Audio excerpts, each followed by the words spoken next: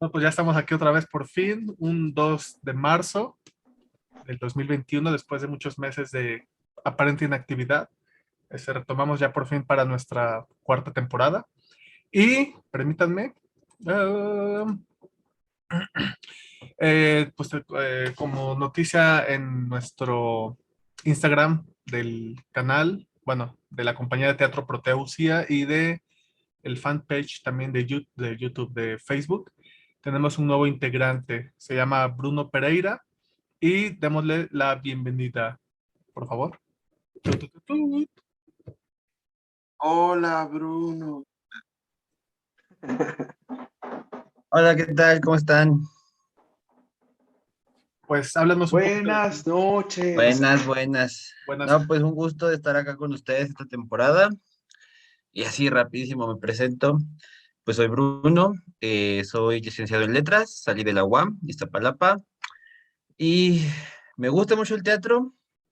Vengo como a comentarlo, aunque no sé demasiado, pero a dar mis comentarios, mis opiniones. Y pues bueno, me dedico principalmente a ser profesor de lengua y literatura en preparatoria y ocasionalmente hago investigaciones literarias. Perfecto, muy bien. Pues bueno, después de esta presentación, pues tomaremos un minuto de silencio por bueno, entre comillas, reciente fallecimiento de el maestro Fernando Martínez Monroy, maestro, amigo y persona queridísima por al menos nosotros tres que nos tocó eh, conocerlo en personísima. Entonces, tomemos un minuto de silencio.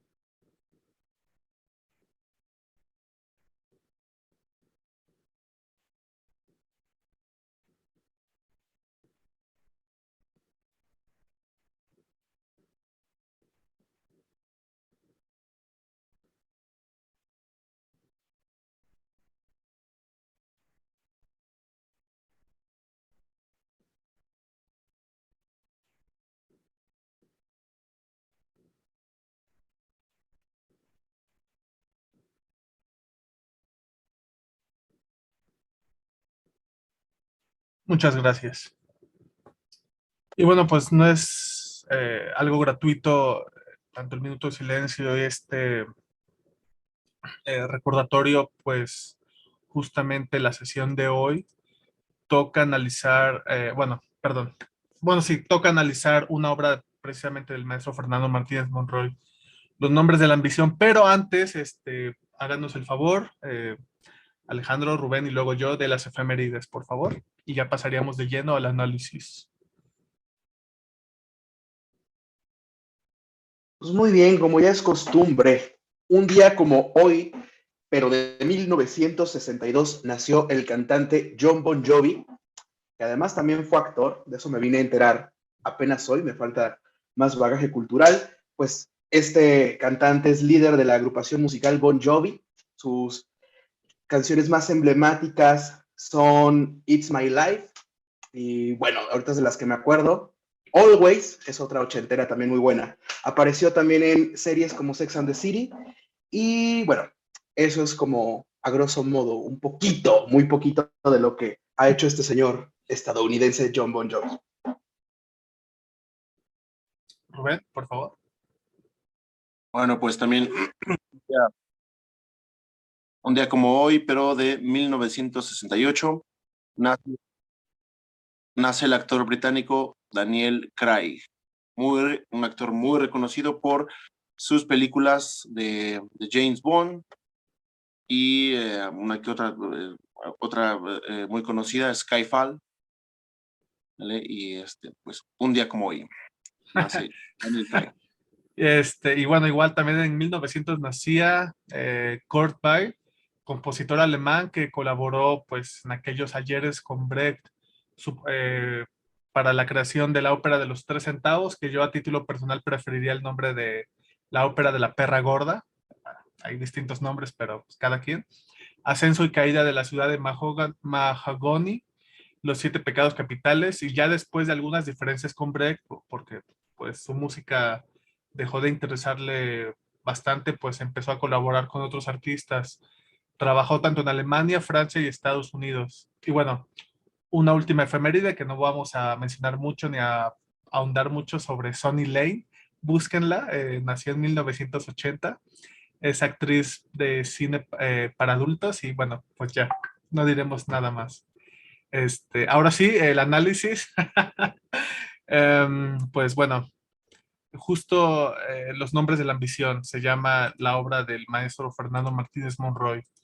Y pues bueno, no tengo la fecha de cuándo fue escrita o publicada, pero pues nosotros nos encargaremos de analizarla y desmenuzarla. Entonces, por favor, los turnos serían eh, Alejandro, luego Bruno, luego yo y luego Rubén. Ya las siguientes rondas veremos cómo lo organizamos. Entonces, somos todo oídos. Ah, caray, me la modificaron. Ah, Oh, perdón, no, primero iba Rubén, ¿no? ¡Ah, Bueno, caray! no, va Rubén entonces. Va sí, Rubén, luego Bruno, luego yo y luego Alejandro. a nuestros youtuber videntes o como se les diga, espectadores, perdonen a César, es que anda nervioso por esto de que estamos volviendo. Si se dan cuenta, está comportándose como en las primeras sesiones, entonces, una disculpa por esos nervios. Yo alcancé a escuchar que dijo que estábamos a 2 de marzo de 2021 y creo que no es 2022. Pero bueno, también para que no crean que estamos hace un año, estamos ya 2022. Ay, ya van a criticar, malditos. Sí, 2022, rayos. Bueno, ya, ahora sí. Va. Yo dije, ya me salvé, pero bueno, va. Ok, pues la obra se llama Los nombres de la ambición de Fernando Martínez Monroy. Bueno, pues esta obra, voy a tratar de no ser muy anecdótico, pero bueno, en algunas partes pues sí se requiere, ¿no? Bueno, pues la obra empieza con la proyección de dos discursos. Una de Carlos V, por allá por el siglo XVI, y otra de George Bush, padre, un discurso que dio en 1991. Y pues de acuerdo a lo que sugiere el autor, pues es que al inicio de la obra se proyecten de esos dos discursos con imágenes de guerra y pues cosas así bélicas, ¿no? Cuando empecé a leer toda esta primera parte, no sé si leí mal el primer discurso de Carlos V, pero a mí me dio la sensación de que aparentemente era un discurso de paz. Entonces yo cuando lo empecé a leer, dije, este señor no quiere hacer la guerra, ¿no? Lo que quiere es así como él lo dice, ¿no? Que dice algo así como, no quiero, no quiere como reinar en otros países, ¿no? Sino que hacer una alianza acá para que todos los países estén en paz, ¿no? Ese es el discurso de Carlos V, y a su vez, el discurso de Bush, pues sí es un poco más, mucho más bélico. Incluso, pues menciona, ¿no? Que los hace héroes, ¿no? A las personas que fueron a la guerra, que ya van a llegar, y entonces van a ser nuestros héroes, porque en esta isla de Kuwaiti, algo así, se está ondeando la bandera de la libertad, que es la de Estados Unidos, ¿no? Entonces, digo, cuando empecé a leer el primer discurso de Carlos V, lo comparaba con el de Bush y decía, bueno, entonces este discurso es un poco más de paz, y el de Bush pues sí es un poco más de declarando la guerra, ¿no? Ya después, cuando leí toda la obra, pues me di cuenta que el discurso de Carlos V también también trata de la guerra, nada más que él lo maneja de una manera mucho más sutil, ¿no? Entonces, pues ahí llegué a la conclusión de que pues los discursos llegan a ser cíclicos, ya que, pues aunque sean de diferente época, el de Carlos V como el de Bush, pues están hablando de lo mismo, ¿no? A fin de cuentas, es la justificación de hacer una guerra, ¿no? Y es algo que ahorita creo que va muy acorde, ¿no? En estas épocas por lo de los acontecimientos que se han estado presentando en estos días, ¿no? Por respecto de Rusia y de Ucrania. Entonces, siento que ese discurso de Carlos V va muy acorde a estas épocas, ¿no? Incluso el de Bush. El hecho de que un país se quiera adjudicar la lucha por la paz mundial y el bienestar de todos, ¿no? Ese es como, desde ahí ya se está planteando en la obra algo antiético, ¿no? En la cuestión de que un país se adjudica al que, hay conflictos en este lado.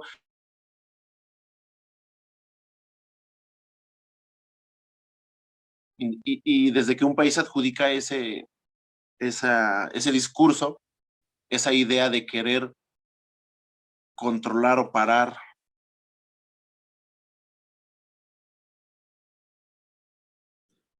Rubén, ya no te escucho. Esta obra está planteando, ¿no?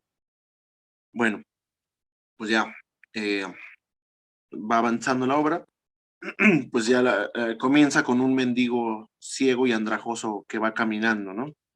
Escucha ruidos y pues pregunta, ¿no? ¿Quién es? Entran un coro español y un coro mexicano que narran todo lo sucedido en América, ¿no? Y específicamente pues en México. En todo ese discurso que van teniendo los coros, se nota mucho que van subiendo la intensidad. Empiezan como muy tranquilos narrando cómo van sucediendo las cosas, de que dice algo así como tus hijos blancos están combatiendo contra los indios de esta región, ¿no? Pero después se va notando que va incrementando la intensidad del discurso. Y bueno, pues ya se empieza a notar al mendigo que se siente culpable, ¿no?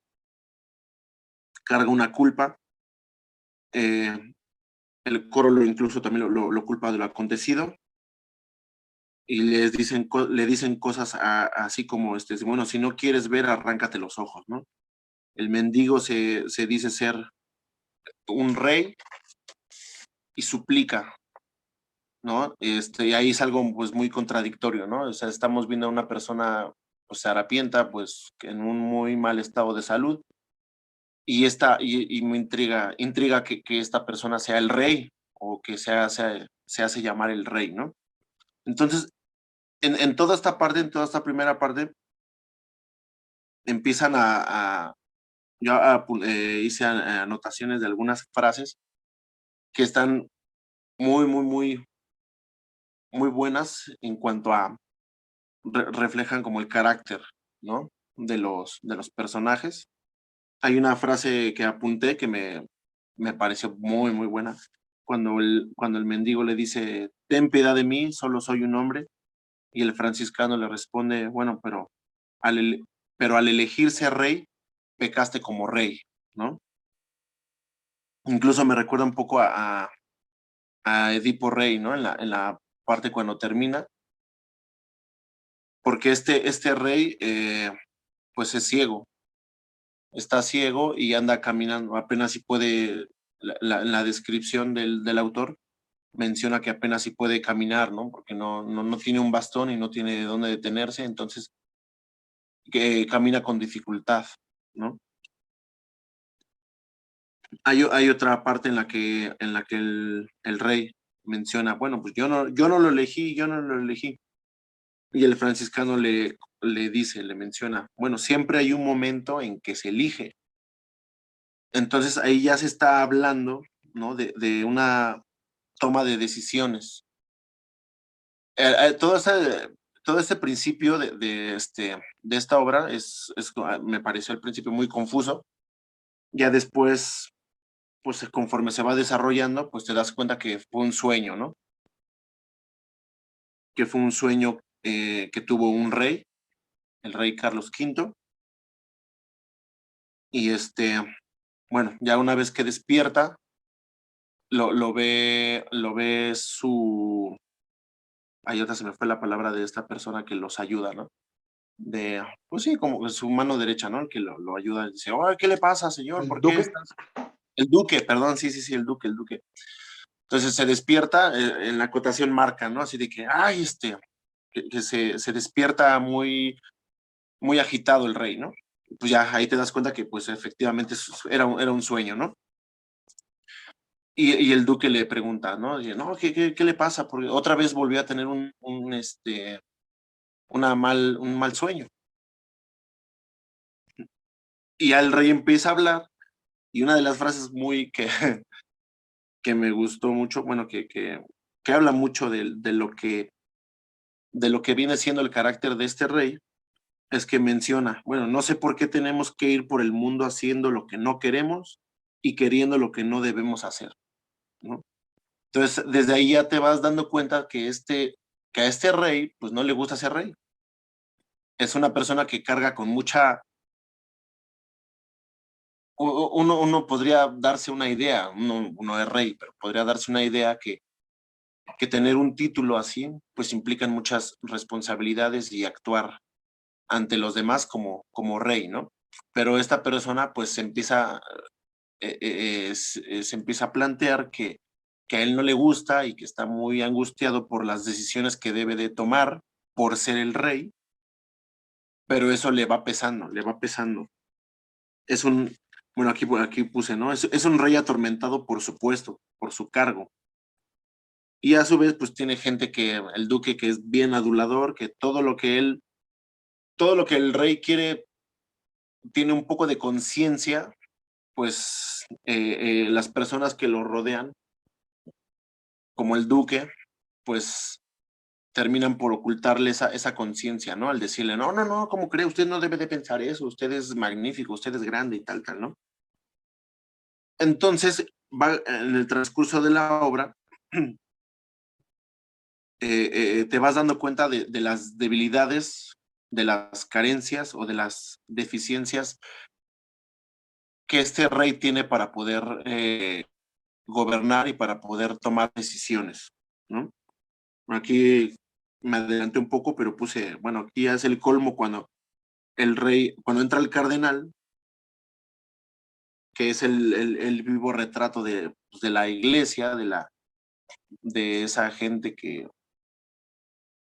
pues que no aporta mucho, que digamos, ¿no? A la sociedad, pero pues son gente de la iglesia, ¿no? Entonces, ya por el solo hecho de ser de la iglesia, pues, ya tienen una serie de privilegios que otros no tienen. Y ya, bueno, aquí puse que es el colmo cuando el rey le dice al cardenal que lo va a mandar a América, ¿no? Le están diciendo que él le sugiere que vaya a América y el rey le dice, no, mejor ve tú, ¿no? Con ese discurso que tú tienes, obrarías milagros, ¿no? Queriendo evadir su responsabilidad de todo lo que está pasando a causa de las decisiones que este señor está tomando, ¿no? Otra cosa que puedo notar en la obra es que a medida que va pasando la escena de este rey, suceden escenas alternas, suceden escenas cortas que van como dando a entender que mientras este rey está aquí atormentándose y no sabe qué hacer, en otra parte del mundo, que es en América, están sucediendo atrocidades que él mismo provocó, pero que no quiere hacerse cargo, no quiere hacerse no se quiere sentir culpable de esa decisión que ya tomó. Entonces se empieza a ver en la obra esa contraposición de valores, ¿no? Por una parte está su discurso, que eso empieza, eso indigna, empieza a ser indignante, por el hecho de que, o sea, él ya ordenó a ir pues sí, a conquistar, ¿no? Eso es lo que él no quiere decir, pero es lo que realmente está haciendo, ¿no? Es curioso porque la obra le llama, no, es que nosotros no vamos a ir a otro lado a conquistar, vamos a ir a civilizar. Entonces empiezan a cambiar los nombres que dices, no más, o sea, pero entonces mientras este señor no sabe no sabe qué hacer o, o que le digan algo para que no se sienta tan culpable de que están conquistando a otras tierras, y vemos la otra contraparte, ¿no? Lo que está pasando en América, y pues es las escenas cortas en las que está un español azotando a un indio, les están vendiendo sus mismos objetos a cambio de oro, o sea, están sobrepasando, están saqueando, ¿no? Están saqueando, están incluso, es una escena muy fuerte donde está porque un indio trae un objeto de su cultura y el otro lo tira, ¿no? Y le quiere como imponer así de que no, es que este es el Dios que debes de seguir, ¿no? Entonces se empieza a ver en la obra esas escenas, ¿no? Por una parte está el rey, que no sabe qué hacer, y por la otra parte está lo que realmente está pasando a causa de una decisión que ya se tomó. Pero él no quiere hacerse responsable de esa situación porque lo va a llenar de culpa. Entonces eso se vuelve más indignante, ¿no? Porque dices, güey, o sea, ya estás cometiendo actos y crímenes hacia esa nueva raza, hacia esa nueva cultura, ¿no? Y todavía te estás haciendo el que no sabes qué hacer, o sea, no más. Y bueno, ¿qué más? Aquí hay una.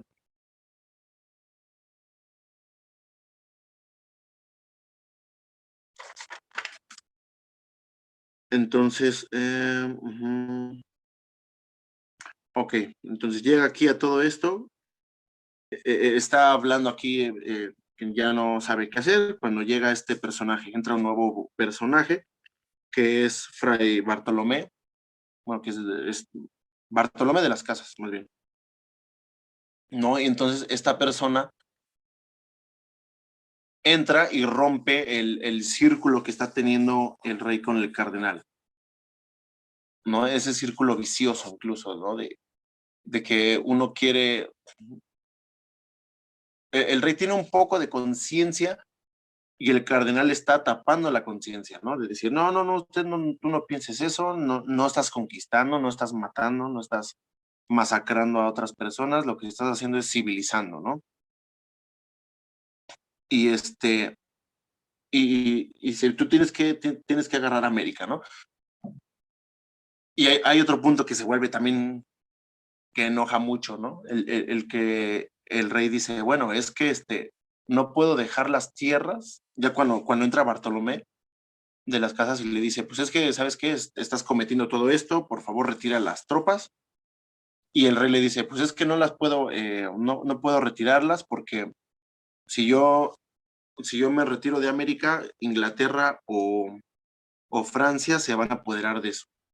Y nosotros ya lo descubrimos, pues mejor nosotros hay que apoderarnos, ¿no? Porque, pues, ¿no? Entonces, esa parte es así muy, muy indignante. Quiero pensar que eso es lo que provoca lo que quiere provocar el autor, ¿no? En el,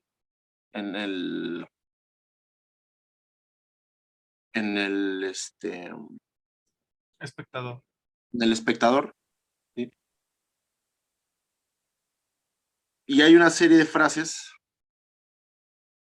¿no? Hay en la parte en la que el cardenal le dice, bueno, como ideólogo eres brillante, pero como religioso y político, fallas en exceso, ¿no? No concuerda con nuestros intereses, le dice de las casas, ¿no? Entonces ahí te das cuenta de toda eh, esa corrupción mental que ellos ya plantearon, ¿no? Y pues ya para el final, bueno, no quiero hablar todavía para el final, eso a lo mejor lo dejamos para la segunda ronda. Ahorita aquí le paro. Gracias, gracias. Bruno, porfa. Claro. Bien, con respecto a lo de las dos notas del principio, a mí me recordó, bueno, sí, totalmente de acuerdo con el que dice Rubén y sobre todo que pues, se relaciona demasiado con lo que se vive, ¿no? Y yo recordé esta idea de Pax Augusta, que es llegar a la paz después de la guerra. O sea, ya que venciste a todo mundo, que lo dominaste, que lo conquistaste, lo venciste en batalla, que tú sales victorioso, ya hay una paz, ¿no? Que es la paz, bueno, esto viene de Augusto, el emperador romano, que la idea era que pues, ya que había vencido a los pueblos, ya podía haber paz en el imperio romano, ¿no? Un poco así. Y pues sí tiene mucho que ver con la actualidad y sobre todo porque al menos en Occidente siempre se busca justificar la guerra. Dicen, no hago la guerra porque quiero, sino hay un motivo más allá de mí, ¿no? Lo vemos, por ejemplo, en las cruzadas, es conquistar Tierra Santa para protegerla, que está en manos de cristianos.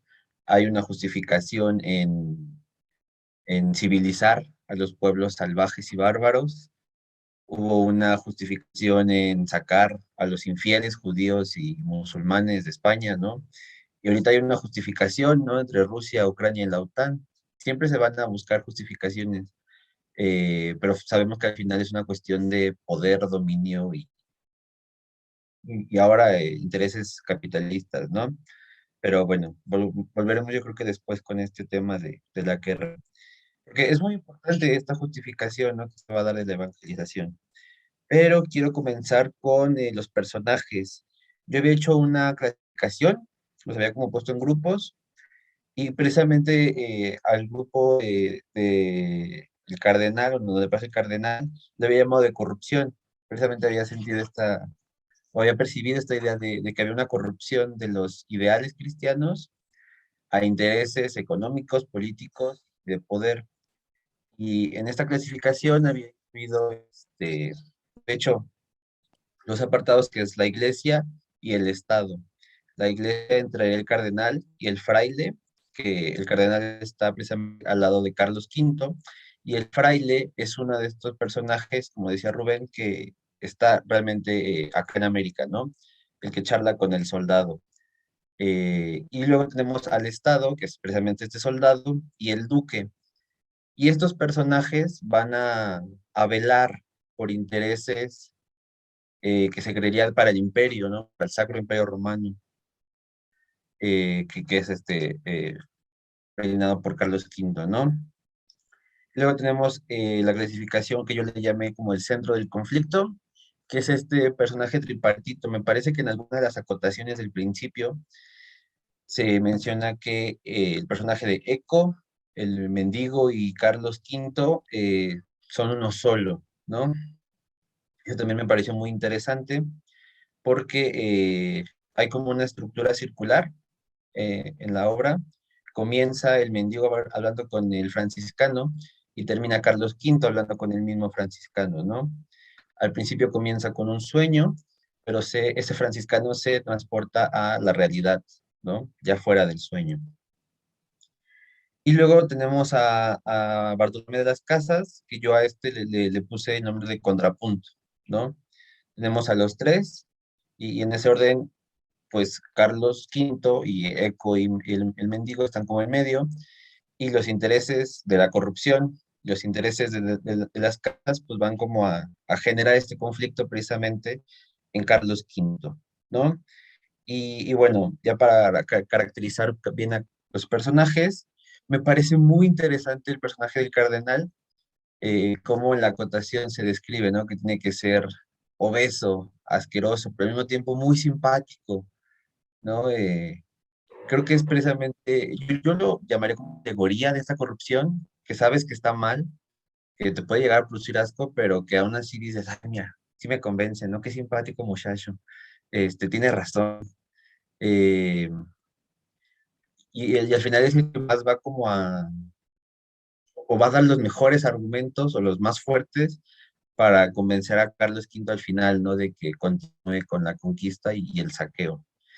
Luego tenemos al fraile, que yo le llamaría como algo muy hipócrita, pero podemos dejarlo en contradicción para no herir susceptibilidades cristianas, porque al principio que aparece el fraile, regaña al soldado por golpear al indígena, ¿no? Pero luego lo vemos recibiendo también parte del beneficio de vender las cosas a los propios indígenas con el dinero, ¿no? Entonces, eso es lo que yo llamo contradicción, que es precisamente esta idea de vamos a saquearte, vamos a conquistarte, probablemente vamos a matarte, pero te traemos civilizaciones, no lo olvides. Y creo que se ve precisamente en el cardenal y el fraile, esta idea de tenemos intereses más allá de nosotros mismos, pero pues parecería que dijeran, velar por estos intereses también requiere un salario para nosotros, entonces cáele con el varo, ¿no? Es lo que yo llamaría contradicción. Y luego pues tenemos a los intereses del Estado, que pues es totalmente cuestión política y de poder, por el soldado. En esa cuestión política y de poder también involucra lo capital, que es el dinero, que creo que es el principal interés del Estado como reino. Y obviamente el duque. Igual tenemos a un personaje al lado de Carlos V y un personaje que está viviendo este saqueo, ¿no? Como con el cardenal y el fraile. Y, y pues sí, ellos van a velar principalmente por el interés económico, lo vemos con el soldado, ¿no? Buscando el oro. El duque, yo no lo había pensado como tan adulador, porque bueno, creo que todo el mundo es así con su rey, no hay nadie que lo critique, acepto de las casas, y precisamente por eso lo llaman traidor. Yo lo había visto también como con el fraile, buscando convencerlo. Parecería que Carlos V está como en una posición completamente indecisa, tiene su responsabilidad moral, y esta responsabilidad moral como rey lo lleva a ser convencido por el duque y el cardenal, pero tiene una moral, bueno, al menos él sabe que está mal lo que está haciendo, ¿no? Entonces, pero bueno. Ya volviendo a Carlos V para hablar bien de él, me pareció muy interesante lo del mendigo ciego, que pues sí recuerda sin duda a Edipo Rey, su error probablemente.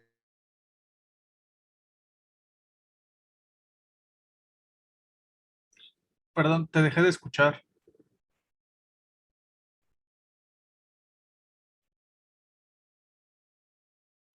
Sí, Carlos V hereda esta cuestión de, pues, de ser rey, de recibir todo el imperio, y tiene, les digo, esta cuestión eh, de conflicto moral, ¿no? Y no sé si se me alcanzó a escuchar lo de que pues sí recuerda a Edipo Rey, que es precisamente que su error pues va a ser rey, o sea, va a ser ser rey, ¿no? Llevar esa responsabilidad.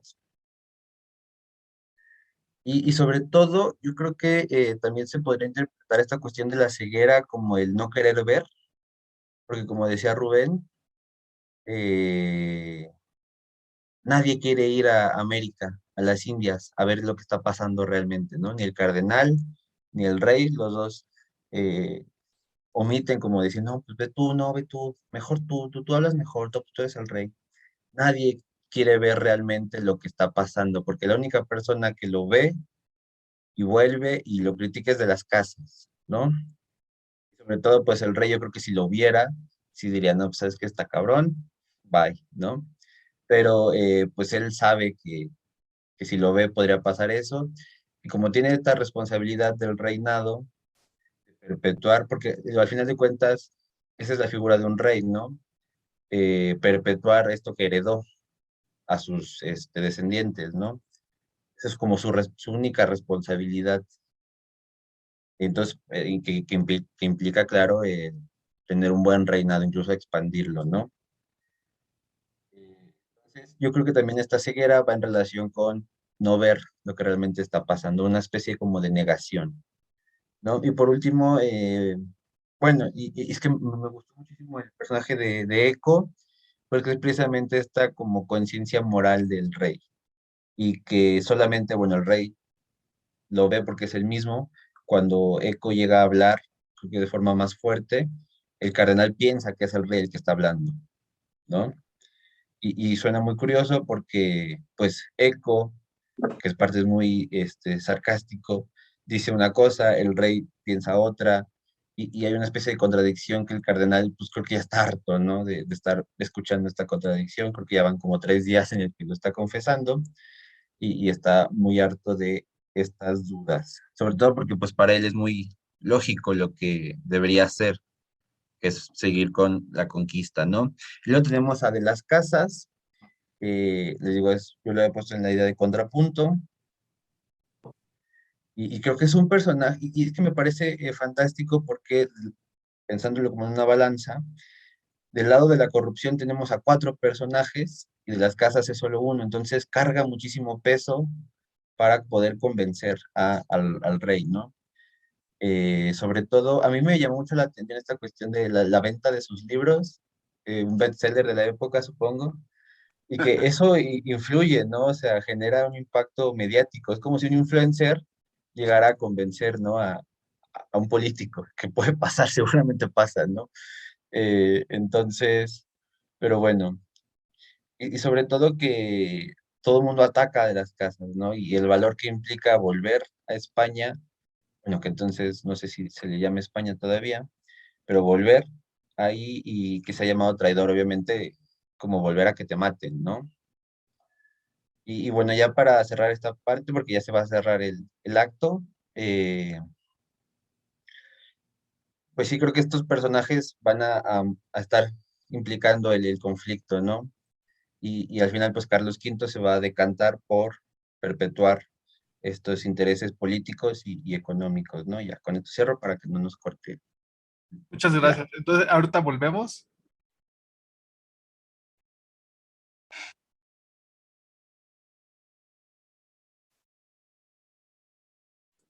Bueno, entonces ya volvimos de nuestro pequeño corte comercial. Bruno, ¿algo más que quieras comentar, por favor? No, pues eso, simplemente la función de los personajes y cómo se caracterizan, ¿no? Creo que rapidísimo las casas, eh, sí sería como el reflejo de esta corrupción moral que tiene al menos el cardenal y el fraile en su posición de religiosos. Y es curioso cómo, eh, porque yo siempre he tenido la duda de quién decide qué es la religión, ¿no? Si es cualquier persona y cómo comulga, o estos altos cargos, ¿no? Como el cardenal o el papa.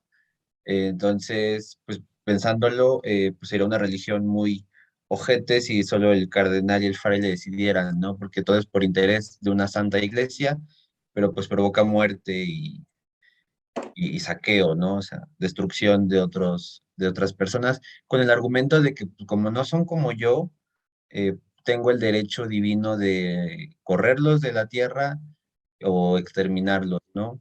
Sean judíos, sean musulmanes o sean indígenas de América, ¿no? Y las casas, pues, tiene como estos cimientos mejor formados al menos de lo que es ser cristiano y por eso mismo critica, ¿no? De hecho, pues, hubo todo un conflicto en decidir si los indígenas tenían alma o no, por esta cuestión que pues, en la misma Biblia dice que el humano puede aprovechar los animales y las plantas a su disposición. Entonces fue todo un argumento si los indígenas eran humanos con alma o animales sin alma, ¿no? Para poder justificar esta masacre, ¿no? Obviamente pues estaba como personas como de las casas y personas como el cardenal, ¿no? En este conflicto. Es que tiene un nombre, se me acaba de olvidar, este, pero sí fue por ahí del 1500, 84 me parece, ¿no? Cuando ocurre este concilio y se decide si tienen alma o no. Entonces, pues vemos estas cuestiones, ¿no? Y de las casas, pues, desde su yo cristiano defiende al indígena como un humano más, ¿no? Con derecho a poseer tierra y a, pues, no, con derecho a no ser asesinado, ¿no? Y ya con eso cerraría. Ok, muchas gracias, gracias. Voy yo. Digo, no voy a leer todos mis apuntes porque se vuelve absurdo y larguísimo y eterno, pero sí, o sea, yo creo que ya lo comentaron ustedes, yo lo recalco con otra posibilidad, lo de los estos, ¿cómo se llama?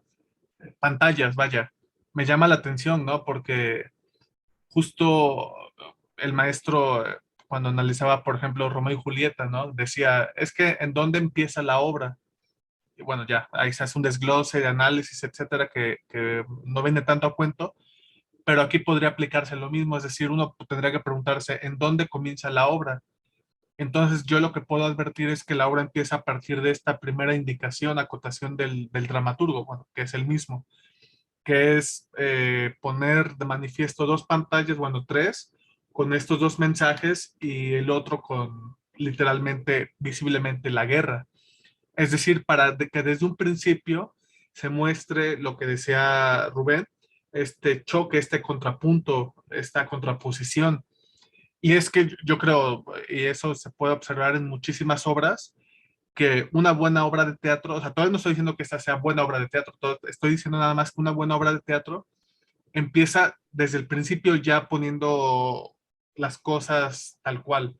Habrá otras obras, por ejemplo, esta de Las Brujas de Salem, que al principio no sabemos quiénes son quién, o sea, como que hay un marasmo de cosas y ya hasta que acaba casi el primer acto ya podemos ir distinguiendo las facciones o los puntos, ¿no? Yo creo que esta obra desde el principio te está diciendo, a ver, acá hay una cosa, acá hay otra cosa, obsérvalas y vámonos ya de lleno, o sea, yo creo que ese es un muy buen acierto con la obra, y lo dijeron, ¿no? Con otras palabras, yo lo llamo así, son eufemismos, es decir, están diciendo lo mismo, pero de manera disfrazada, de manera suave, precisamente para que no suene horrible. O sea, si desde un principio ponen, es que vamos a ir a matar, pues de principio ya los cancelarían. Palabra actual, ¿no? Como funar y todas esas cosas que me chocan un poco, pero bueno. Entonces, justo es eso. O sea, como decía Rubén, yo también al principio parece un discurso halagador, benéfico, el de Carlos V, pero luego vamos a ver durante todo su desarrollo que efectivamente es todo lo opuesto, o sea, no tiene nada de paz, aunque él use la palabra paz. Y pues esto es lo que pasa con los imperios, los gobiernos y en general con cualquier grupo, ¿no? Es decir, para que haya unidad, cohesión y demás, pues o tenemos que incluirte con nuestras leyes y si no te excluimos y entonces te vuelves nuestro enemigo naturalmente. Y todo aquel que no piense como nosotros va a ser nuestro enemigo, ¿no? O sea, digo, es una mentalidad simplista, pero así somos los seres humanos, hasta en pequeñas cosas, ¿no? O sea, incluso para la selección de comida, selección de grupo, de trabajo, etcétera. Pues somos excluyentes, incluyentes de acuerdo a los intereses que tengamos. Pero el problema que está planteando la obra, pues no, o sea, no se limita a solo evidenciar lo excluyente o lo incluyente que seamos, ¿no? Sino los motivos. Los motivos que aquí, no me acuerdo quién de ustedes ya lo mencionó, eh, tiene que ver con, a ver, déjenme otra vez centrarme un poco. Eh, con la conquista, o sea, con esta cosa de la civilización. Entonces, pues, que es un problema, ¿no? O sea, bueno, yo lo veo también así, que civilizar, pero ¿a costa de qué? Porque digo, ya adentrándome un poco más, ajá, en la obra, pues una manera, yo creo que de todas formas es ideal, o sea, no es comprobable, o sea, sí puede ser comprobable, pero nadie la quiere llevar a cabo, qué es lo que hicieron los españoles, qué es lo que harían ahorita queriendo intervenir en lo de Rusia-Ucrania, es decir, poner límites pero hasta ahí, o sea, si vamos a liberarlos, lo liberamos y ya que ellos se hagan bola y nosotros nos vamos para atrás, pero no, o sea, como bien dicen, pues dicen, ya intervenimos, pues hay que sacar beneficio, ¿no? Porque hay un gasto de transporte, de servicios humanos, de alimentación y bla, bla, bla. Entonces, evidentemente, cualquiera que intervenga, pues va a querer sacarle provecho, porque si no, pues sería un trabajo nulo y de eso no se trata. Justo también la otra razón es que ellos le están apostando a que en un principio pareciera que hicieron bien porque estaban dentro de su territorio y estaban siendo invadidos, ¿no? Pero es irónico, es paradójico que luego ellos, de haber sido invadidos por los moros, los judíos, ahora ellos sean los invasores, ¿no? O sea, se cambia la perspectiva y uno dice, güey, qué cabrones, qué hijos de puta. Entonces ellos pareciera que en un principio estaban haciendo el bien porque estaban, repito, haciendo esta cohesión, esta unidad, y justo o sea, justificaban, ¿no? O sea, estamos por una cosa de paz, por una cosa de sacar lo malo, pero entonces viene ya luego toda esta conquista. Y es que, repito, el problema que ellos tienen, entre otras cosas, es que tanto, no recuerdo si los alemanes, pero al menos sí mencionan muchísimo a los ingleses, que como ya sabrán, o se están volviendo protestantes por Lutero, pues son el diablo. Entonces, ellos ya tienen casi la obligación de tener que conquistar y civilizar de acuerdo a su ideología, a su cultura. ¿Por qué? Porque si no lo hacen, pues dicen, es que va a venir Francia, va a venir Inglaterra, que son el diablo, y entonces va a llegar un momento en su locura, en su paranoia, en su imaginación, fantasía, de que creen que pues si no hubieran ellos terminado de invadir, pues iban a ser ellos invadidos también por estas ideas eh, opuestas a lo que ellos están pensando, ¿no? Pero bueno, hay una cosa que dijo Rubén y es otra cosa que me gustaría que en su momento lo mencione Alejandro porque él lo tiene más fresco, que es esta cosa de lo de las decisiones, de que hay un punto. Y justo apuntando un poquito a lo que podría empezar a ser el género, que no lo voy a mencionar todavía, eh, hay un cierto tipo de obra, bueno, antes de eso, yo últimamente estoy muy enfrascado en rastrear lo que les comenté en algún momento anterior, ver el origen de las cosas, que a veces se puede llegar al punto, a veces no, a veces es un desmadre y ya la obra empieza con un pinche caos y demás, pero dependiendo del tratamiento que haga la obra, pues podemos ir viendo ciertos detalles, ¿no? En este caso, puedo ver que efectivamente, pues, repito, ¿no? O sea, esta cosa de las expediciones y demás, pues viene desde antes con ellos. Y es que justo el rey lo que está proponiendo, pues sí, es horrible, pero no se quiere quedar atrás. Es decir, si es rey, pues no quiere pasar desapercibido. O sea, digo, nosotros no somos españoles, no tenemos tanto su historia, su cultura, pero es como aquí, es decir, si nombráramos, y perdonen la ignorancia si a lo mejor digo un número inexacto, si nosotros incluso mencionáramos, quisiéramos mencionar 5 eh, emperadores aztecas, pues nada más yo podría mencionar solo 2 y al poeta Nezahualcóyotl, pero de ahí en fuera es lo mismo, es decir, yo también estoy pensando que este Carlos V no quería quedarse atrás, entonces desafortunadamente o afortunadamente le tocó el momento en el que estaban haciendo las expediciones y pues vámonos, o sea, de quedar como un lerdo, como un imbécil, a quedar como un sanguinario, pero con palabras bonitas, pues yo creo que muchos optaríamos por esa opción, ¿no? Digo, la obra de todas formas cuida mucho ese detalle, como ya lo mencionaron, sobre no limitarse también a solo mostrar lo negativo, negativo, negativo, ni solo lo positivo, positivo, positivo. Es decir, hay contrapuntos tanto en el tratamiento y de los personajes. Ya lo dijo Bruno. Yo lo llamo también, ya apuntando un poquito a esto de del género, que hay facciones. O sea, sí, me gustó mucho esa palabra. Entonces, en esta obra podemos detectarla bastante bien. Es decir, no son solo los buenos o los malos, porque dentro de los buenos y los malos hay intereses, intereses personales, intereses superiores que es la iglesia. Entonces, como lo dijo Bruno, realmente, o sea, una religión, una institución religiosa, pues se vuelve muy relativo, ¿no? Porque uno puede decir, claro, es que el Papa es el poseedor, porque es el representante de Dios en la tierra, pero se vuelve un desmadre cuando en las diferentes sucursales, digámoslo, en los diferentes territorios, hay cardenales, hay obispos y hay demás, y ellos a su vez son los jefes inmediatos del Papa.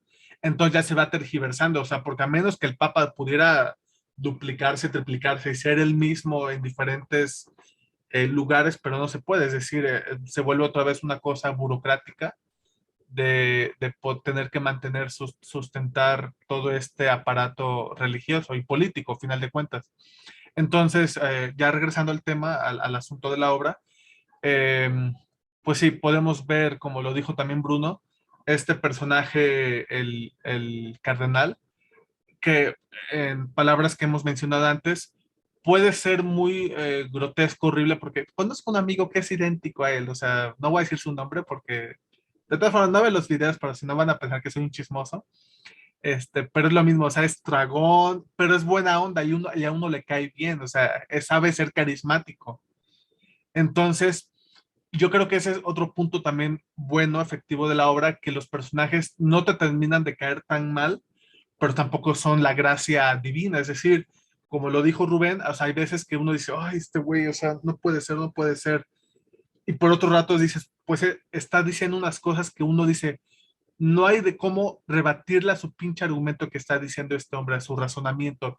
Y justo yo estaría apuntando, sin decir todavía el nombre, a lo que sería el género de la obra, que sí, hay acción, es decir, estamos viendo una acción un poco estática en el sentido de que son acciones menores, entre comillas, porque son lugares fijos y en los que aparentemente pasan pocas cosas.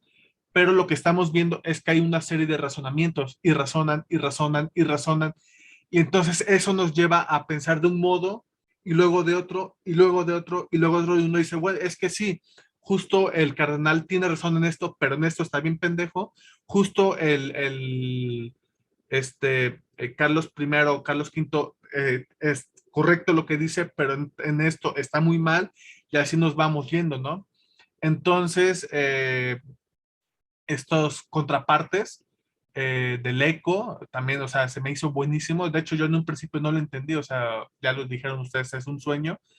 Yo pensé que eran más como divagaciones, cosas por el estilo. Pero bueno, pues ya después pasa que se revela, ¿no? Justo como lo dijo también Rubén, hay partes en las que la obra se hace una como pequeña pausa y vemos lo que pasa en México, bueno, en las Indias supuestamente. Entonces, yo creo que ahí también íbamos viendo las diferentes situaciones que no son favorables, o sea, para ningún bando.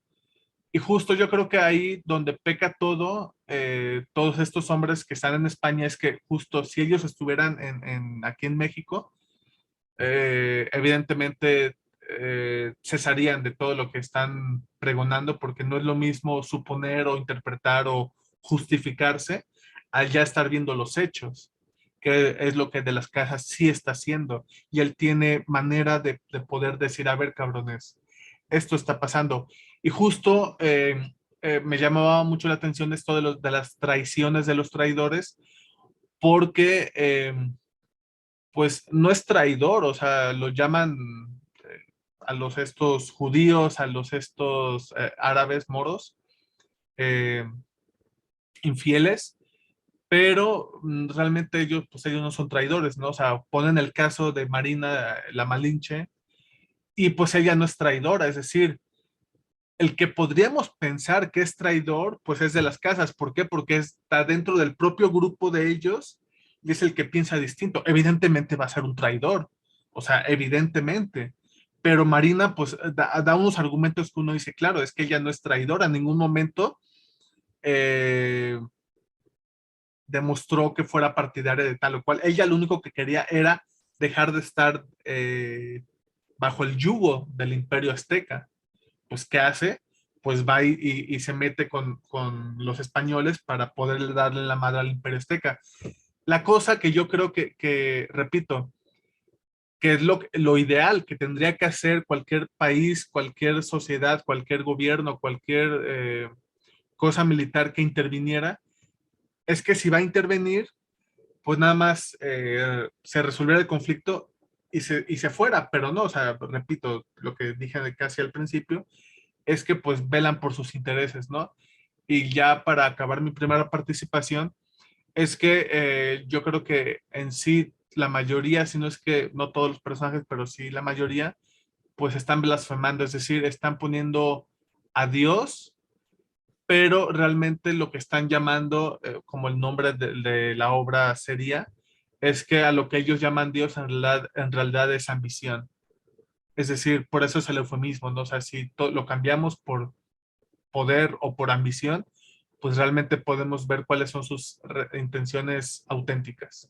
Entonces, por ahí detengo mi primera participación y vámonos con Alejandro, por favor. Gracias. Un momento. Ahí me escuchan bien, ¿no? Bien, pues también creo que trataré de ser un poco breve, porque ya se ha dicho mucho de lo que incluso iba como apuntando. Digamos que una de las cosas con las que yo quería comenzar era cuando antes, ahorita que veía cómo iban hablando ustedes de la obra, también eso me hace empezar a afinar esa intuición de las notas que ya tenía, que ahorita no lo voy a decir, que tiene que ver con el género. Además de que se usó, creo que en los tres casos, la palabra indignación, la vehemencia con la que incluso hablaban y defendían o atacaban a los personajes, creo que ya nos pone en esa dimensión de qué es lo que la obra está provocando, ¿no? Eso me hace muy interesante de principio. Y luego hay algo, que esto es más como anecdotario. Había momentos de la obra en la que sonaba la obra, o sea, resonaba en mi cabeza la voz del maestro hablando de ciertos temas, sobre todo lo que tiene que ver con lo que se dice, lo que se hace, lo de la blasfemia, etcétera. Entonces hubo un momento en el que dije, es que la obra es tremenda, o sea, en el sentido me están pasando cosas, y de pronto me detenía a pensar, pero a ver, ¿sí está pasando eso? ¿O es esta cosa de que como me llevó a recordar al maestro, pues uno hace esa afinidad y después ya, ¿no? Concluí que creo que tanto como maestro y como artista había cosas muy asimiladas por él, porque no las decía del mismo modo y podía inducirte a mirar eso desde distintos ejemplos y ángulos, ¿no? Entonces eso se me hace como muy, muy rico de la obra. Digo, obviamente quien no tomó clases con él tal vez diga, bueno, eso de maestro, pues quién sabe, pero creo que la obra tiene algo, ¿no? Bueno, el punto es que ya comienzo. Creo que la obra está planteando dos versiones de un mismo fenómeno. Es decir, en ningún momento vemos a los aztecas, a los mexicas, pero nos enteramos de los mexicas a través de lo que los otros personajes van diciendo, ¿no? Nunca sale Moctezuma, pero podemos ver un poco de Moctezuma a través de lo que la Malinche dice y de lo que el rey Carlos dice acerca de Moctezuma. Y así uno va a la historia, desde luego que fue el gran emperador azteca, pero sí uno tendría que poner atención porque tantos pueblos se rebelaron contra el imperio, ¿no? Entonces, ¿cómo decirlo? Dependiendo quién cuente la historia, y eso creo que pasa en general en la humanidad, de principio va a tener que ver con la idea que quien lo cuenta, insisto, con la idea que tiene de la verdad y este sentido de justicia. Pienso que dentro de esto se hace la guerra o se altera el orden para entrar en un caos que precisamente tiene como motivación principal preservar un sentido de paz y de justicia, pero eso es desde una mirada muy relativa porque es como lo estoy viendo yo. En este caso, como lo estaba viendo los españoles y como en su momento, antes de ser conquistado, lo veían los mexicas. Pero creo que eso, como tal, digo, la historia nos lo dice, y ser relativista en ese sentido tiene que ver con un asunto de condición humana, que hay algo que primariamente nos impide ser empáticos, pero así somos. Ahora, lo que se vuelve bien bonito y que no es justificación de pues así somos y no podemos cambiar, es que en la misma obra se dice, siempre hay una posibilidad de elegir. Es decir, yo puedo pensar desde mi relativismo lo que es justicia, pero también tengo la posibilidad de hacer un ejercicio consciente para poder mirar desde los ojos del otro o desde otro ángulo la misma situación para ver si hay algo que me modifica.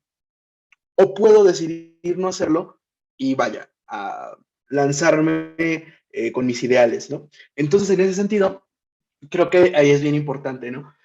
No sale como tal, insisto, los aztecas, pero es bueno ver que ¿cómo decirlo? Estas dos civilizaciones fueron conquistadores, fueron conquistadas, porque a España también le pasó. Entonces, pues ya, tiene que ver como con una cuestión cíclica que creo que tiene que ver, insisto, con la condición humana, pero siempre hay posibilidades de elegir. Luego, es muy bonita y como fea a la vez este sueño que tiene con el asunto del mendigo, porque lo plantea como un hombre viejo que con trabajo se puede detener y que anda por ahí deambulando, pero incluso el mismo franciscano le dice que la incapacidad de ver que tiene no es meramente física, sino también tiene que ver con que no está viendo sus actos. Entonces, él está creyendo una serie de cosas de sí mismo, pero en relación con lo que está haciendo hay algo que es tremendamente distinto y defiende, digamos, el mendigo un poco esto que él piensa que está haciendo en contraparte de lo que sí está haciendo. Y eso va a ser como, creo que es el planteamiento de la desgracia o la pobreza de un hombre ante la riqueza de ser gobernante. Es decir, el poder ser gobernante, o lo que vamos a ver más adelante con el asunto de Carlos V o Carlos I de España, va a tener que ver con que logra, digamos, empoderarse y asumir el gobierno y ¿cómo decirlo?, la monarquía de su nación, pero no sé, esta primera parte me da una sensación de que a nivel espiritual hay una derrota que es terrible, porque te tienes que corromper desde luego para poder ejercer el poder. Y creo que también eso es uno de los tópicos que se van desarrollando a lo largo de la obra, que el poder vuelve corrupto a los hombres, y no en un sentido moral, sino en un sentido que, como bien en la obra se dice, es ético. ¿Por qué? Porque los hombres, o en este caso el rey, tiene que estarse justificando constantemente y poniendo una serie de pretextos de por qué está haciendo las cosas.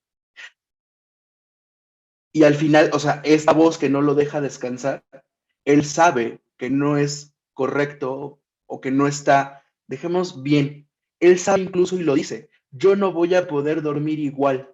Es decir, sí creo que cuando uno, pongamos un ejemplo, uno podría matar en defensa propia y preserva su vida, luego la ley no se absuelve, pero yo creo que esta cosa que te puede quedar de saber que tienes las manos manchadas de sangre se vuelve una cosa pues que te va persiguiendo, ¿no?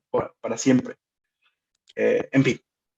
Entonces creo que por ahí va esta dinámica. Luego hay un momento en el que cuando el rey está hablando con el duque, incluso el rey está empezando a dejar ver al principio esta incapacidad que tiene para hacer el ejercicio absoluto del poder y de derramar sangre, y mencionan que por eso enviaron a Cortés, que en España o sí, en ese territorio, él había sido un pillo y pues un delincuente básicamente, y que fue a Tenochtitlán o a la India a convertirse en un conquistador. Entonces mencionan, vaya, pues es que la cosa es que él tiene potencial. Entonces, sí saben que para poder hacer lo que están haciendo necesitan a un ente sanguinario y con unos escrúpulos muy puntuales como los que Cortés dicen, y es el único fragmento en el que lo mencionan, ¿no? Que Cortés fue a hacer eso, pero antes ya nos enteramos que en España era una persona no grata y atroz. Entonces, eso se vuelve, ¿cómo decirlo?, dentro del desarrollo de la acción, creo que bastante importante, porque es el contrapunto. Es decir, cada vez que Carlos dice este tipo de cosas, vemos, ¿cómo decirlo?, lo que está padeciendo porque sabe que esto es terrible y no lo quiere hacer. Entonces, hay momentos en los que, viéndolo desde esos ojos, uno dice, claro, es que si lo haces te vas a corromper. Pero luego también, cuando el duque o el cardenal le, digamos, ponen su opinión, uno entonces entiende que ese es el funcionamiento de un rey y de la preservación de una nación.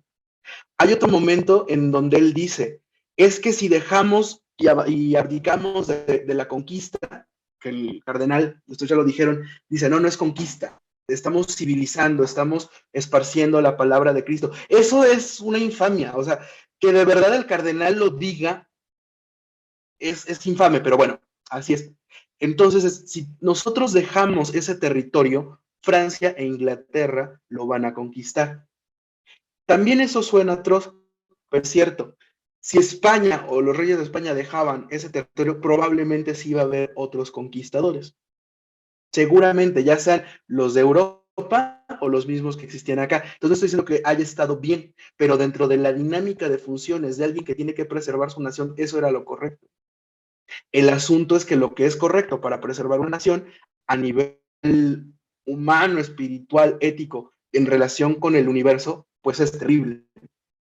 Entonces otra vez vuelve a quedar bajo la lupa esta cosa de cómo ser rey te lleva sí o sí, perdón, a un acto corrupto en el que uno tiene que tomar decisiones estando en ese lugar. Entonces él podría, sí, haber decidido retirar y pues ya, que los demás se hagan cargo y yo me hago cargo, bueno, que se hagan cargo de ese territorio y ya yo me hago cargo de mi nación. Porque incluso hasta se vuelve ridículo el hecho, porque queda muy minimizado cuando el cardenal le dice, sí, pero no estamos conquistando, estamos civilizando y estamos adoctrinando. Entonces, más adelante, de las casas les va a decir, bueno, pues pueden seguir adoctrinando, pero manden a frailes y no manden guerreros.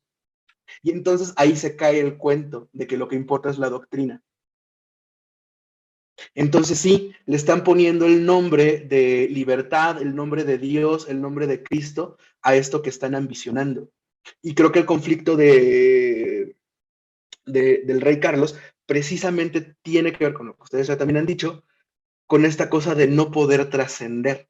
Porque hay un momento en el que incluso lo dice, ¿cómo va a ser recordado más adelante? Entonces, en tanto que son las funciones de rey que tiene que cumplir y en tanto que no quiere fracasar, es que él va a tomar la decisión. Pero ¿dónde uno ve la inseguridad en que tiene que estar consultando con medio mundo qué es lo que va a hacer y cómo lo va a hacer? Porque de cierta manera es esta sensación de que cuando el duque y el cardenal lo están aconsejando, es como cuando pues, uno va a hacer las travesuras y ahí los amigos te están solapando. Estás haciendo cómplices a otras personas. Pero también lo cierto es que el duque y el cardenal están pensando desde este punto de la ambición, del poder. Lo del cardenal es buenísimo, porque él está hablando nada más de Dios, pero cuando vemos cómo come, y esa acotación es buenísima, la de, está comiendo y cuando se le acaba la comida se muestra como más hostil y pierde la paciencia. Entonces lo que a este señor le gusta es llenarse así a manos llenas, es decir, es glotón pero no nada más de comida. Entonces, vaya, si tú pierdes el reino, pues desde luego vas a perder toda la posibilidad de ser glotón y sobre todo a expensas de los demás. Entonces, más vale que pongamos un pretexto, una justificación para poder hacer los actos atroces o los crímenes que estamos realizando. Luego también hay una cosa que va muy ligada, ¿no? Esta forma en la que adoctrinan y esta forma en la que ven el reino, por lo menos en 3 ocasiones lo comparan con la paternidad. Bueno, lo que estamos haciendo ahorita es como un padre educa a sus hijos. De principio los hijos no lo van a entender, pero cuando crezcan, entonces se van a dar cuenta y van a estar agradecidos. Y entonces tiene que ver con eso. Vamos a ser abusivos y cuando por fin logremos, digámoslo muy coloquialmente, lavarles el cerebro a los demás o convencerlos, entonces estarán de nuestro bando y ellos pensarán que eso es lo correcto. Y creo que tiene que ver con lo que decía Bruno, ¿no? ¿En qué momento alguien dijo, bueno, la religión se va a regir bajo esta estructura y bajo estos procedimientos? Entonces, otra vez vuelvo a ese punto, que tiene que ver, sí, creo yo, con la condición humana de poderse como superponer y tener poder controlar, poder dirigir. Pero creo que entonces ahí pues, uno va asumiendo roles dentro de una sociedad y etcétera, ¿no? O sea, porque va a haber quienes quieran estar en el poder y para quienes sea más fácil simplemente seguir las órdenes, porque no implica como tal el riesgo que esto de acá me implicaría vivir. Entonces uno toma postura a partir de eso. Y lo digo porque, insisto, la obra en todo momento lo menciona a nivel de discurso, pero vaya, está esta cosa de siempre hay posibilidad de elegir. Otra cosa que también creo que es bien importante, y César la desarrolló, es el asunto de lo que Marina va diciendo y lo que tiene que ver con la traición. Porque incluso yo podría pensar que sí, dentro de un nivel moral, hasta de las casas es traidor porque está dentro de la congregación y se le voltea a la congregación. Sin embargo, está dentro de la congregación, pero no le es fiel a la congregación. Entonces, moralmente, podríamos decir que de las casas sí está siendo traidor, pero en un sentido vital no está siendo traidor porque él no piensa como los de la congregación en ese momento. Porque también es importante decir que de las casas tuvo esclavos. Incluso hay un momento en el que el cardenal lo confronta y le dice, ah, claro, y cuando tú tenías esclavos, ¿qué? Y cuando tú te llevaste a los negros para lo de la extracción del oro, ¿qué? Y de las casas sobre reacción en ese momento. Entonces aquí lo que a mí me surgía como duda es, ¿de las casas está en un asunto de arrepentimiento o hay una cuestión de culpa? Es decir, hay una cosa más que tiene que ver con si me importan los otros o me importa la percepción que puedo yo tener ahora de mí y que los demás van a tener de mí. ¿Por qué lo digo? Porque Bruno lo dijo muy puntual, de las casas y sus escritos era el bestseller de la época. Entonces, lo que me surgió ahí fue, ¿cuáles son los bestsellers en nuestras épocas y a lo largo de la historia? No porque estén bien o mal escritos, no lo estoy juzgando así, pero son obras con un contenido, digamos, confrontativo o son obras o escritos sensacionalistas que venden morbo. Entonces, si de las casas está vendiendo morbo, creo que de ahí puedo empezar a deducir que un arrepentimiento no hay. No sé, me da más bien la sensación, eso ya no se plantea en la obra, pero el asunto con De las Casas podría parecer que el hecho de vender sus libros es una forma de blindarse ante el castigo de la Inquisición o de lo que pudiera pasar por estar en contra de los demás. Entonces, vuelve a ser lo mismo. Todos están partiendo del punto de voy a hacerle un bien a esta civilización, voy a hacerle un bien al prójimo, pero solo están viendo por uno mismo. Entonces, de pronto, los argumentos de todos se vuelven muy válidos por esta cuestión, porque uno los va escuchando y uno dice, ah, claro, pues él tiene razón porque está defendiendo sus intereses, pero los intereses del otro también son válidos. Pero lo que está pasando a nivel, digamos, vital, humano, está siendo terrible. Y entonces uno empieza a tomar como distintas posturas a lo largo de eso. Denme un segundo. Y bueno, en general creo que esa es como mi primera aportación. De todo lo demás, pues son cosas que se han ido mencionando. Entonces, creo que uno de los, aquí a lo mejor nos está adelantando, de los temas que tiene que ver, sí, evidentemente es con la ambición, pues así se llama la obra incluso, pero es cómo le nombras, pero también, digamos, esta incongruencia entre lo que se dice y lo que se está haciendo. Y que al final de cuentas, creo que eso tiene que ver de cierta medida con una gran inconsciencia, pero no con una falta de intención. Entonces, bueno, por ahora creo que esa sería mi participación. Sí, perdón, regresamos entonces después de este brevísimo comercial.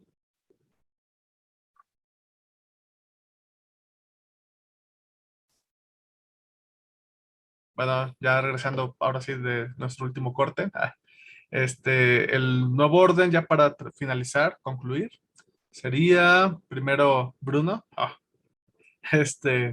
luego yo, luego Alejandro y luego Rubén. Muy bien. Pues ya para esta última participación quisiera hablar de los temas que, bueno, ya se ha ido mencionando bastante, pero esta cuestión, yo lo había visto como tres al menos. Por un lado, la conquista militar, la cuestión que implica el saqueo.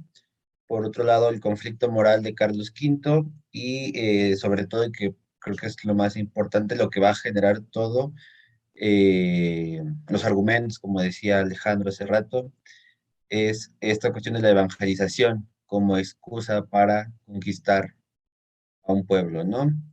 Y creo que, bueno, a lo largo de la obra principalmente los personajes como el cardenal van a hablar de esta justificación de evangelizar, de llevar el reino del Dios cristiano a, a más personas, pero bueno, creo que ni siquiera lo dicen así, ¿no? Sino como incluir al imperio de Dios o algo así, lo dicen, ¿no?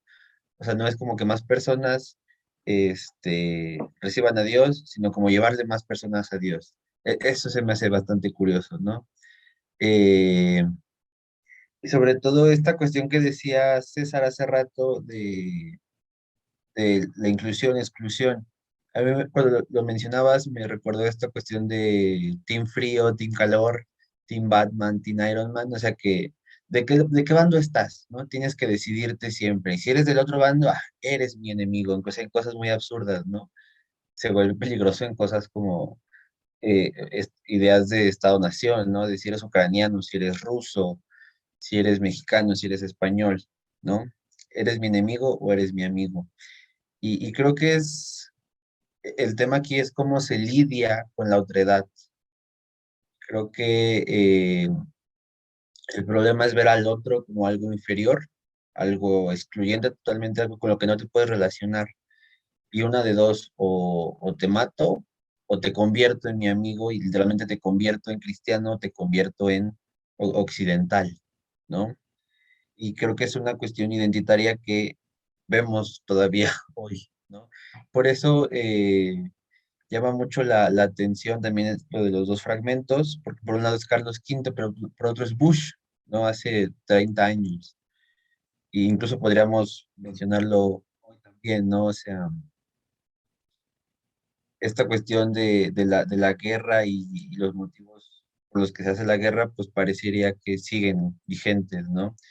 Y eso me lleva a hablar, por ejemplo, del coro, esta cuestión que había dos coros, el español y el mexicano, y cuando lo leí dije, esto es un anacronismo, ¿no? Porque en ese momento en el que la obra está sucediendo, no hay una idea de lo español y de lo mexicano, van a faltar todavía muchos siglos, ¿no? Pero luego pensando dije, no, pues es que la obra nos está hablando a nosotros, ¿no? Donde si hay un mexicano, donde si hay un español, y te das cuenta de estas cuestiones, ¿no? Y y bueno, también este tema de lo que hablaba Alejandro, de no hay buenos ni malos, ¿no? Realmente es muy complejo porque de las casas, de primera mano parecería como el bueno, ¿no? El que quiere salvar a los indios, pero como decía él, o sea, también ve por cierto interés, ¿no? Salvar alguna culpa, salvarse de la Inquisición, ¿no? Entonces, al final de cuentas, ¿quién es el bueno y quién es el malo? Siempre se busca con esta idea de justificar la guerra, como decir, no es que hago la guerra porque yo soy el bueno y voy a liberarte de los malos. Lo que dice la OTAN, por ejemplo, ¿no? Pero no, nunca va a ser tan sencillo ni tan simple como buenos contra malos, ¿no? Al final va a depender de la perspectiva, ¿no? Lo que haces correcto o incorrecto va a depender de tu posición, seas mexicano, seas español, ¿no? Por eso esta función del coro se me hizo súper importante que aunque no vemos a personajes, bueno, vemos a Marina hablando, pues aparece el indígena al que le rompen sus objetos, pero no tienen tanta carga significativa en los diálogos, ¿no? Vemos la perspectiva desde España, ¿no? De lo que era el reino de Castilla, ¿no? El Sacro Imperio de Carlos V. Eh, Sería interesante, bueno, no sé cómo se impactaría en la obra, tener la otra perspectiva, a lo mejor está de más, pero es precisamente eso, ¿no? Nos muestran cierta perspectiva y el conflicto moral desde esa perspectiva, ¿no? Y pues sí, esa sería como mi participación final. Ok, voy yo. Sí, es justo lo que hablábamos con la sesión de prueba que, digo, si nos vamos a un teatro histórico, teatro museo, o sea, Marina tendría que hablar que náhuatl, no sé, o sea, tendríamos que ver literalmente españoles, o sea, digo, ahí luego se vuelven unas cosas muy absurdas de cuando quieren teatro museo, teatro histórico y demás. Y lo mismo, ¿no? O sea, el drama, el teatro es una interpretación de los hechos, no es una fidelidad literal de lo que pasó, porque volveríamos al punto de a partir de qué versión lo estás contando.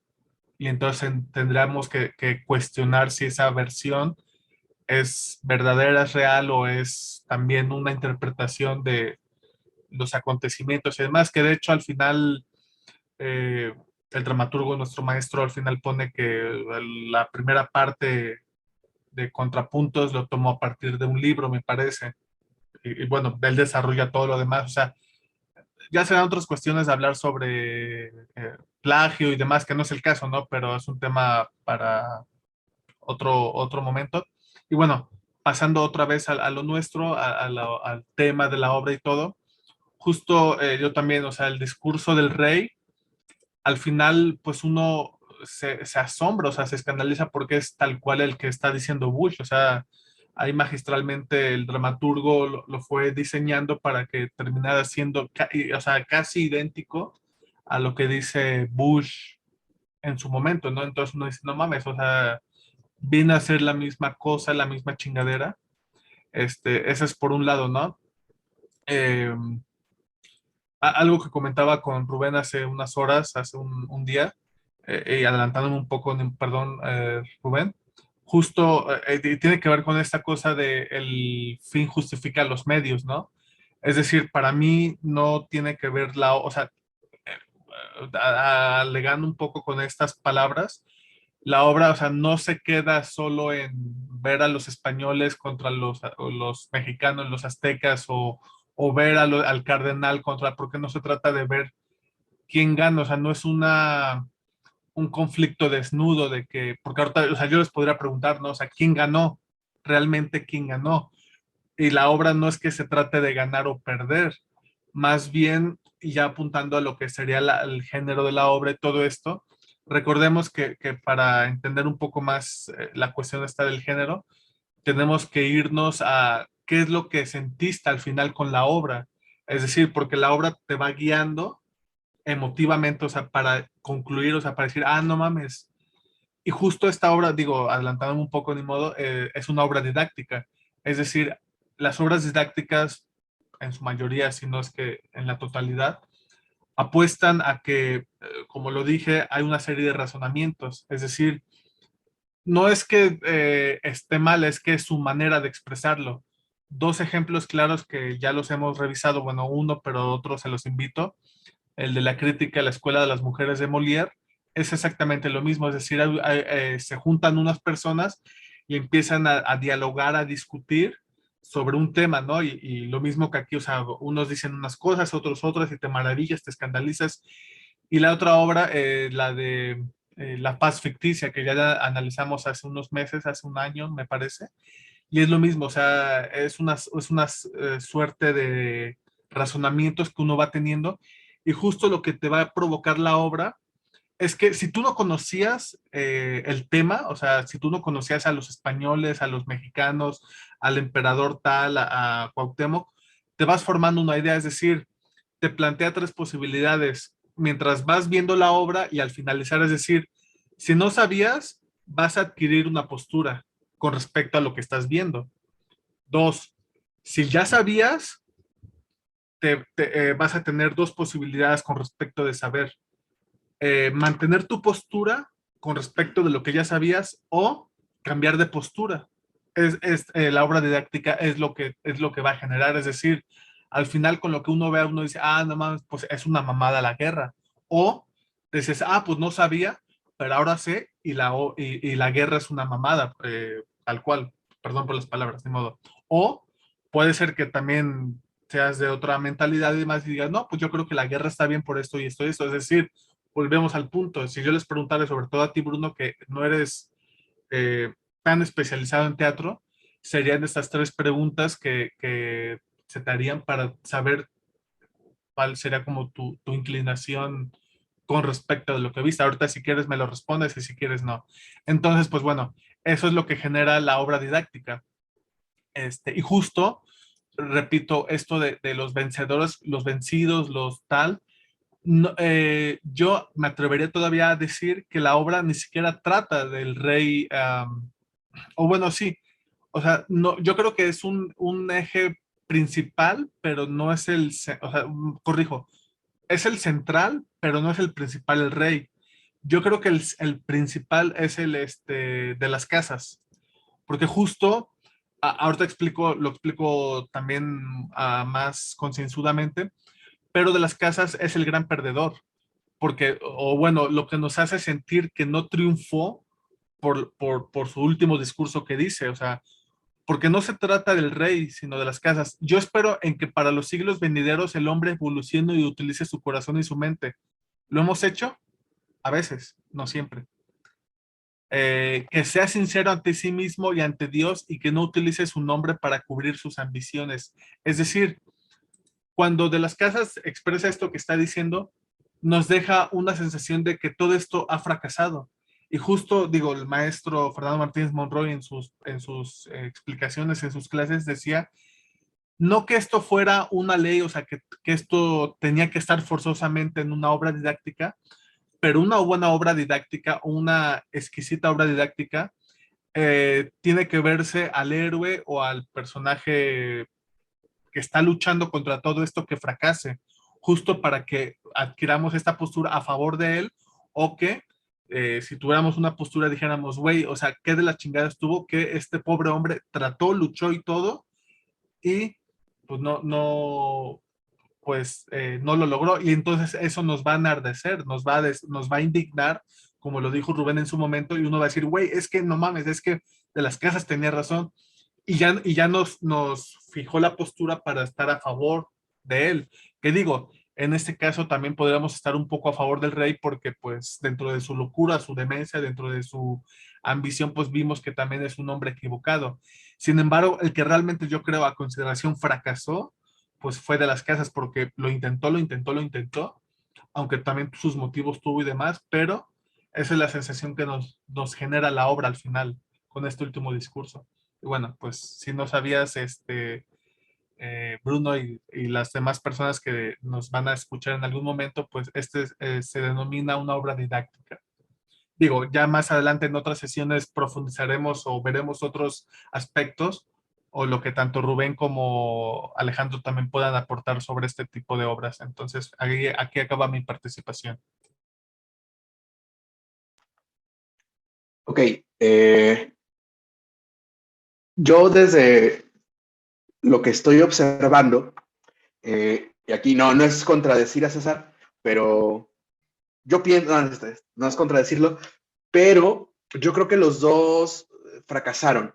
Voy a citar algo que el maestro, bueno, él lo ponía con otras palabras, pero hace no mucho volvieron a compartir esa postal, que a veces uno cuando cree que está ganando, en realidad está perdiendo y viceversa.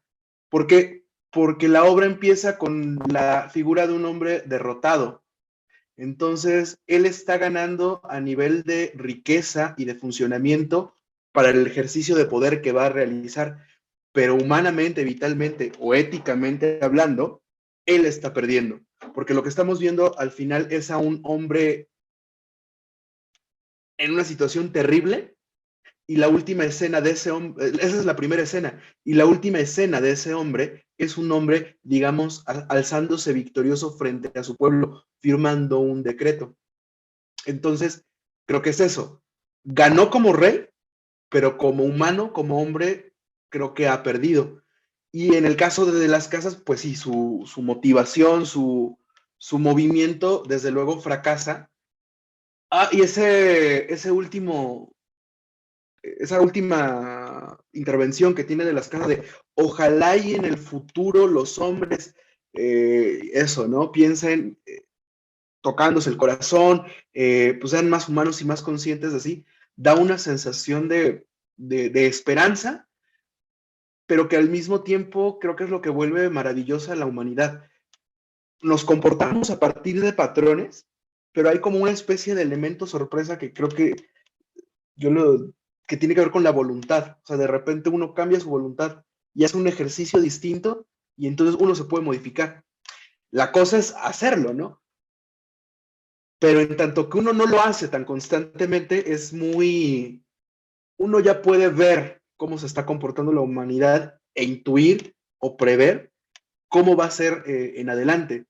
Entonces, pues sí, al final de cuentas queda como una especie de esperanza porque no hay nada que yo pueda hacer o decir que vaya a modificar al otro. Incluso no hay nada que yo pueda hacer o decir como actor haciendo ese personaje que vaya a hacer que el espectador cambie, porque probablemente va a salir súper motivado porque golpeamos su corazón, sus entrañas y su cabeza en el sentido de lo iluminamos, pero ¿cuánto le va a durar esa, digamos, iluminación? Al final de cuentas es decisión de él. Entonces, creo que esto tiene que ver con la esperanza y, sí, o sea, yo también veía en el asunto de lo didáctico como el fracaso del héroe necesario para generar como ese estímulo final. Y en esta creo que están, o sea, no es que el rey sea un héroe, pero de principio sí podría serlo, porque él podría reivindicar al hombre en ejercicio de poder, volverse más humano, y de repente hay momentos en los que uno dice, es que lo estás padeciendo, o sea, ya deja de padecerlo, decide abdicar en ese sentido, y entrégate a eso que tú estás diciendo. No quiero hacerlo, pero sé que tengo que hacerlo. No quiero derramar sangre, pero es necesario. Y al final pues, no lo hace. Y todavía ese último momento cuando está hablando con el franciscano, pareciera que va a tener esa iluminación y de repente pide que lo saquen y entonces va a firmar el decreto, ¿no? Y súper contento el duque y súper contento el cardenal. Entonces ahí eso se vuelve, bueno, desde a mí me pasó, se vuelve muy conmovedor porque lo vimos otra vez muy cerca, digamos, de reivindicarse, sublimarse, expiarse incluso un poco. No, sublimarse pensaría más, porque ya fue consciente del error y aún así decide no hacerlo, ¿no? Y bueno, en el otro caso, creo que está planteando a personajes, insisto, desde un sentido un tanto heroicos, ostentosos de poder, pero lo que se vuelve, creo que lo que hace que esté muy logrado el texto, decía César, magistralmente, ¿no? Lo que lo hace así es que nos plantea también la parte humana del rey, es decir, este conflicto que tiene en ser un buen rey, por así decirlo, y ser un hombre en plenitud, está muy bien porque le está pasando. Y esta cosa que creo que sí, o sea, bueno, bien, que pienso que sí está, que de las casas quiere expiar sus culpas, pero también eso es tremendamente humano. Es decir, está cambiando la mirada y quiere protegerse, pero al mismo tiempo, pues sí está pensando en que las cosas no tendrían que seguir siendo así, o por lo menos no desde el bando en el que él está. Porque también, insisto, esto se vuelve otra vez un poquito relativo, porque yo quiero pedirle a España que nos vayamos, pero si vuelve a pasar allá, ya no es mi responsabilidad. O sea, yo ya hice lo correcto, ya que se maten ellos, ¿no? Pero yo ya hice lo que tenía que hacer. Y pues nada, o sea, creo que sí, la obra, en efecto, al principio te empieza a hacer tomar posturas, porque cuando narra la llegada, bueno, no narra, cuando los españoles dicen cómo llegaron, pues eso, vemos desde sus ojos cómo fue, y cuando los mexicanos o los indios dicen cómo fue que lo recibieron, vemos otra vez desde sus ojos. Y no es que uno esté bien, otro esté mal, pero los dos tienen que ver como con la religión, porque la religión de los indios es la naturaleza lo es todo y la naturaleza es la riqueza. Y la otra tiene que ver más con una cuestión de control y materialismo. Entonces, desde donde conocen ellos el mundo es que se están relacionando. Y no es que uno tenga razón o el otro tenga razón. Pero creo que ese es el ejercicio que también aquí esperanzadoramente le hace falta al ser humano. Entender cómo está viendo la vida el otro, entender cómo lo estoy viendo yo y darnos cuenta por qué o sea, que muchos de los conflictos nada más es que a veces le llamamos incluso a las cosas de distinto nombre, pero estamos pensando en exactamente lo mismo en esencia, ¿no? Y pues nada, o sea, creo que la obra es como la parte universal que alcanza, es porque al final de cuentas, pues las guerras siguen existiendo y son por los mismos motivos. O sea, de repente, ahorita que he estado leyendo noticias, hay días en los que uno dice, sí, pinches rusos se están pasando de lanza, y hay momentos en los que uno dice, no, pero es que espérate, es Estados Unidos y el capitalismo. Pero de repente uno se cuestiona, ah, claro, pues yo vivo muy cómodo, aunque uno no es ni aristócrata, ni rico, ni nada, pero uno vive muy cómodo haciendo el ejercicio de no ver lo que se hacen los gringos y todo el capitalismo, porque uno está cómodo en el capitalismo. Entonces, cuando uno se da cuenta, pues nada, o sea, ambas partes están defendiendo sus intereses en el nombre de la libertad y la paz mundial. Y punto. O sea, no estoy diciendo que esté bien o esté mal, pero bueno, o sea, lo que últimamente me he dado cuenta es eso que ya le dijeron rusofobia, ¿no? O sea, a Rusia ya lo excluyeron de todos lados, por ejemplo, del mundial, de videojuegos, del FIFA y un montón de cosas, y uno dice, bueno, y en Estados Unidos, pues, ¿por qué no? ¿No? O sea, si ellos han provocado más guerras, etcétera, etcétera. Y luego uno dice, pues claro, porque al final de cuentas, al capitalismo Rusia no le aporta un gran tanto capital, ¿no? Y Estados Unidos y sus allegados, pues sí. Pero bueno, ahí, o sea, no es que esté bien eso o no, pero otra vez vuelve a ser eso de intereses, ¿no? Y la razón, la lógica, la ética vital, el cosmos, el orden, pues se va a ver alterado en tanto los intereses humanos. Entonces, bueno, creo que ya, para cerrar, pues sí, la obra es didáctica, te pone, te modifica en el sentido de la postura, y pues eso, creo que lo universal que tiene es lo que tiene que ver con la blasfemia y lo que tiene que ver con la corrupción que implica el poder para el ser humano. Rubén, por favor. Sí, ok. Sí, nada más, igual algo rápido ya para cerrar. En cuanto a lo que planteaba, ¿no? De quién pierde, quién gana. Bueno, pues el rey desde que empieza la obra ya está perdiendo su tranquilidad, ¿no? O sea, ese sueño que se plantea al principio, pues es un reflejo de que es alguien que no vive en paz. Ahí ya, desde que inicia la obra, ya está perdiendo su tranquilidad, pero también está a la vez en el transcurso vemos, ¿no? La idea que él quiere tener de quedar bien parado, ¿no? Eh, comentando un poquito lo que decían, bueno, pues Inglaterra, o sea, si yo hiciera este personaje o no sé, tratando de justificarlo para actuarlo, diría, ok, Inglaterra tiene sus tierras, ¿no? Francia también tiene sus tierras. ¿Por qué nosotros, España, no vamos a tener nuestras tierras? Pues por supuesto que hay que tenerlas, ¿no? Entonces yo creo que por ahí ese dejo de vanidad es lo que hace que caiga en eso. Lo que es lo que lo vuelve más triste, ¿no? Lo que está planteando la obra, porque está acabando con muchas vidas en otra parte del mundo que él ni siquiera conoce, a costa de su vanidad, ¿no? A costa de su idea de trascender, de cómo él quiere ser recordado. Y bueno, pues sí, ya sabemos que es una obra didáctica. Las obras didácticas tienen un tinte, ya sea cómico o melodramático. Aquí, por ejemplo, pues no vemos nada cómico. Todo lo que vi no me pareció nada cómico.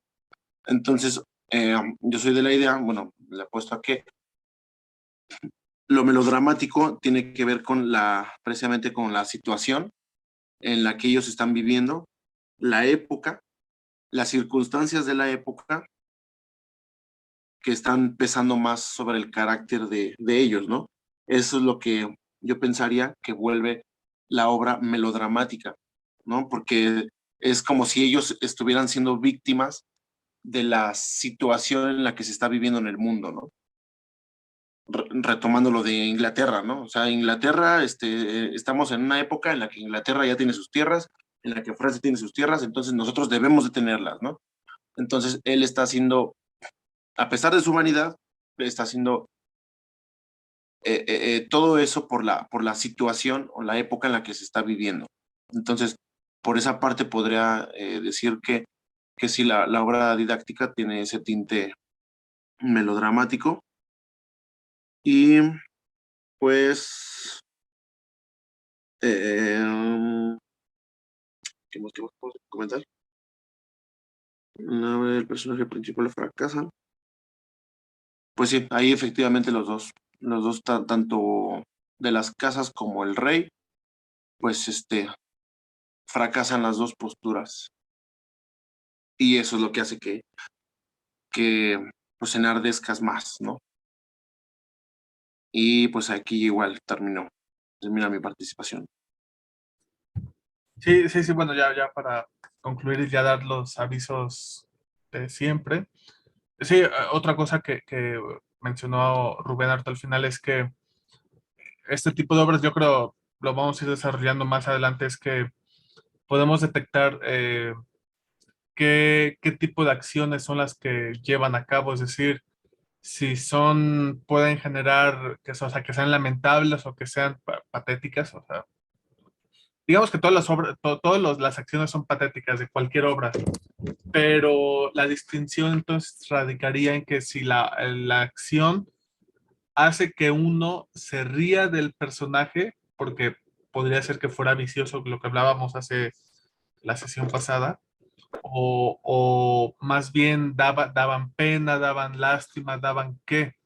Entonces, justo la mayoría de estos personajes, a excepción quizá un poco del cardenal y solo cuando come, porque no es un recurso que se esté evidenciando a lo largo de toda la obra, sería lo único vicioso, pero sí, o sea, por lo demás, yo lo llamaría que es una obra didáctica con material melodramático, no cómico, porque en un momento nos está dando una risa de que el rey sea tonto y nos divierta a costa suya, etcétera. Más bien, está sufriendo, que eso ya en nada sería risible, a excepción, repito, de precisarlo y apuntarlo y al final hubiera una moraleja y demás, que sí la hay aquí, pero es de otra índole. Entonces, pues bueno, ya, ahora sí. ¿Algo que quieran comentar más? Si no, ya para dar los anuncios. Pues bueno, ya, nada, esto tuvo que haberse dicho al principio, pero suscríbanse, los que nos estén viendo, y y nos vamos a estar viendo cada 15 días por el momento. Entonces, espero que se la hayan pasado bien todos y así hasta luego. Bye. Bye. Gracias. Ah.